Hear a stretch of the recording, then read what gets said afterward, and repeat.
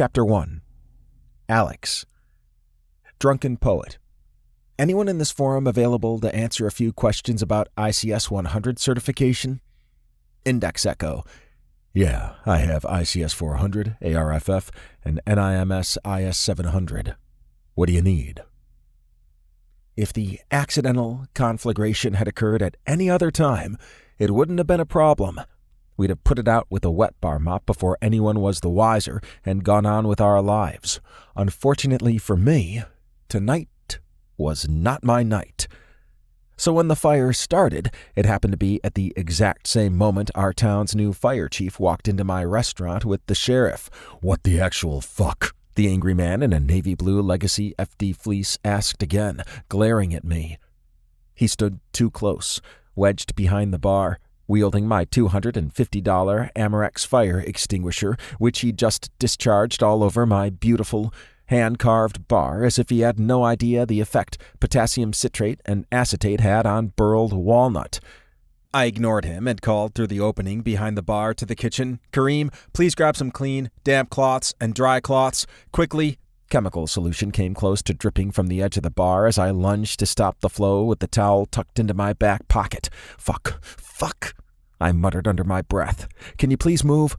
I have to clean this before it gets all over everything."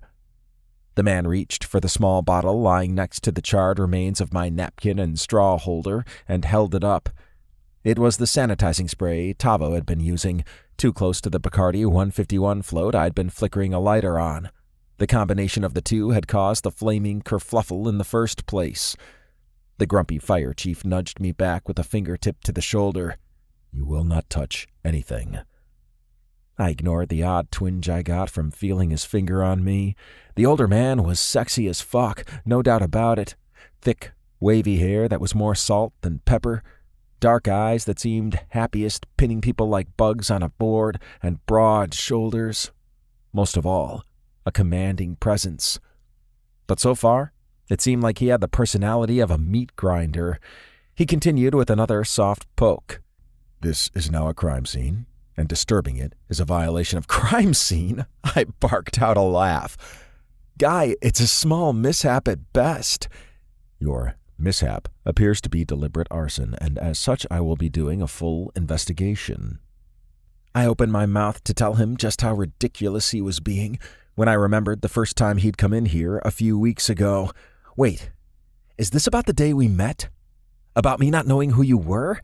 Is this some kind of retaliation for my bad memory? Hopefully my voice didn't sound as high-pitched and unhinged as I felt. Annoyance and incredulity bubbled up, and I wanted to deck the man. "I told you, we've never met before."